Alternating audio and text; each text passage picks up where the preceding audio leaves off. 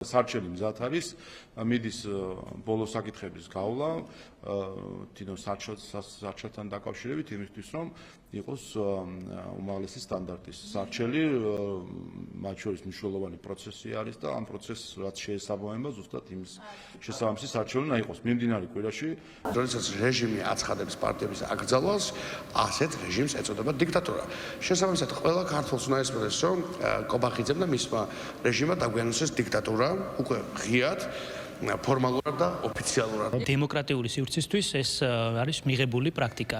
როდესაც პოლიტიკური ორგანიზაციები არასრულებენ თავიანთ პოლიტიკურ ვალდებულებებს, ამის ნაცვლად ქვეყნის წინააღმდეგ პროცესში არიან ჩართული, მათ არ შეიძლება ერქვათ პოლიტიკური ორგანიზაცია. ესენი ხდებიან ორგანიზაციები, რომლებიც საკონსტიტუციო მოწყობის წინააღმდეგ არიან. ჯაფარას არ შეიძლება პოლიტიკაში მიიღოს მონაწილეობა. მე რომ მკითხო მორალურად არ აქვს უფლება რომ მიიღოს მონაწილეობა, მაგრამ კანონით აუკრძალო, ხო სიგიზია, რაც ჩემი საქმეა, რა ვიღაც კანონით აუკრძალო, შენი რაღაცა შეფასების შესაბამისად ვიღაცებს არ მოსულა, ხო? ჩვენ ზოგადად ყოველთვის წინააღმდეგი ვართ ნებისმიერი პოლიტიკური პარტიის აკრძალვის, ალტიფოზე იყოს თავის დროზე თუ გახსოვთ აკრძალვის საჭირო მოთხოვნები, ჩვენ ამის წინააღმდეგი ვიყავით, ბუნებრივად წინააღმდეგი ვართ ნაციონალური მოძრაობის აკრძალვის, ზოგადად პოლიტიკური პარტიის აკრძალვა არ შეიძლება.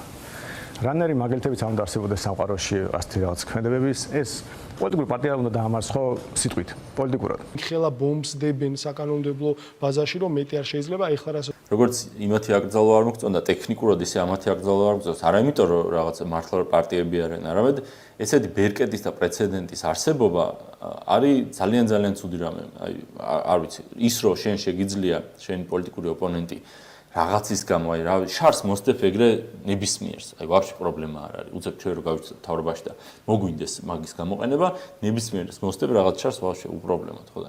ექსტრემისტული დაჯგუფებები არ არიან ოპონენტები, ექსტრემისტული დაჯგუფებების ადგილი დემოკრატიულ სივრცეში არ არის. კიდევ ერთხელ არავის არ უნდა კონდეს დემოკრატიის მტრებს არ უნდა კონდეს შესაძლებლობა, რომ დემოკრატიული პროცესი გამოიყენონ დემოკრატიის წინააღმდეგ. არ გეთანხმები, მაგრამ მაინც რაღაც ფორმალობები რჩება და შეეძლოთ მაგ ფორმალობების გამოტოვებაც. აი მაგალითად, გიავოლსკი, რომელიც იყო მინისტრის მოადგილე ნაციონალური მოძრაობის დროს, და აი დაუშვათ გიავოლსკის აუკრძალეს პოლიტიკური მოღვაწეობა, თანამდებობის დაკავება, ვიცე-სპიკერია, ხო? მე მგონი ახლა და რაღაც ეგეთი, ხო?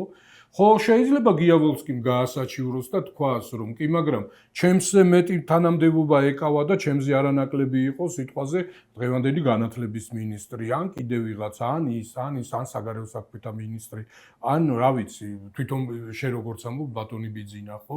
მთელი შინაგან საქმეთა სამინისტრო ზის და 100-ჯერ მეტ ენერგიას ხარჯავს იმაზე, როგორ მოუფიქრონ აქტივისტებს რაიმე დანაშაული, ვიდრე იმაზე, რომ მართა დამნაშავებლად დაიჭრონ და ამას ხა თავის შედეგები აქვს, მათ შორის ის, რომ პატრულის თანამშრომელი სამწუხაროდ დაჭრეს და უამრავი ამგვარი დანაშაული და კრიმინალური სიტუაცია როგორიცაა, ამას ყველა ხედავს. საბოლოო ჯამში მთელი ხელისუფლება მუშაობს აპარატი სახელმწიფო იმაზე, რომ როგორმე თავიანთ ოპონენტებთან რაღაც მივიდნენ და მაგის დასასრულია ასევე ის, რომ პოლიტიკური პარტიები უნდა აკრძალონ. ხა რამდენი ხანი ვიმუშაოთ აქტივისტებს, რამდენი ხანი ვიმუშაოთ იმათ ამორჩევეს, ხო ერთხელ შეგვიძლია რომ გენერალურად რაღაცა ველი მოვასუფთავოთ. ის ადამიანები, რომლებმაც შექმნეს დანაშაულებრივი რეჟიმები, მუდმივად არღვევდნენ კონსტიტუციას, მუდმივად ლახავდნენ ადამიანის უფლებებს. ამის წმენდის მოხდენა პოლიტიკური ველზე, პოლიტიკური ოპონენტის ჩამოშორება კი არ არის, დამნაშავეთა ჩამოშორება. შენ მაინც იმას ეძებ კანონებში იქექები და როგორც იურისტი იცი რა იქ 25 პრიმა იქ ნახე ჩანაწერია და თქვენ ვერ ამიკრძალოთ პოლიტიკურ მოღვაწეობას ქართულ ოცნებავ, იმიტომ რომ ისინი გეუბნებიან რომ პომპეოსი იყო თუ ვინ იყო, ვინც თქვა, შეიძლება კეიზარი იყო, მაგ დროს არის რომის სამოქალაქო ომის დროს სადაც შევიდნენ და იმათ თქოს, აი კანონით რაღაცაო და იმათ თქოს კანონებს ნუ უკითხავ იარაღიან ხალხსო. მე მომისმენია ფრაზები რომ აი ხა ეგ არ გამოვა საქართველოში. ნუ აი ეს არის მე არ ვიცი რის საფუძველზე იჯერებს ხალხი ამას. აი კლაუსმანის მეფისტოფელში არის იქ ეგეთი ისა რომ იქაც იყო ესეთი საუბრები რომ მაინც ჩვენ სხვანაირი კულტურის ერი ვართ და რაღაც სხვანაირი ჩამკეტები და ის ინსტინქტები გვაქვს და არ დაუშვებთ ესეთ სიგიჟეც და ეს ჩვენ გერმანია ის თქვენ იტალია არ გეგონოთ ჩვენები რა ბელორუსია არ გეგონოთ და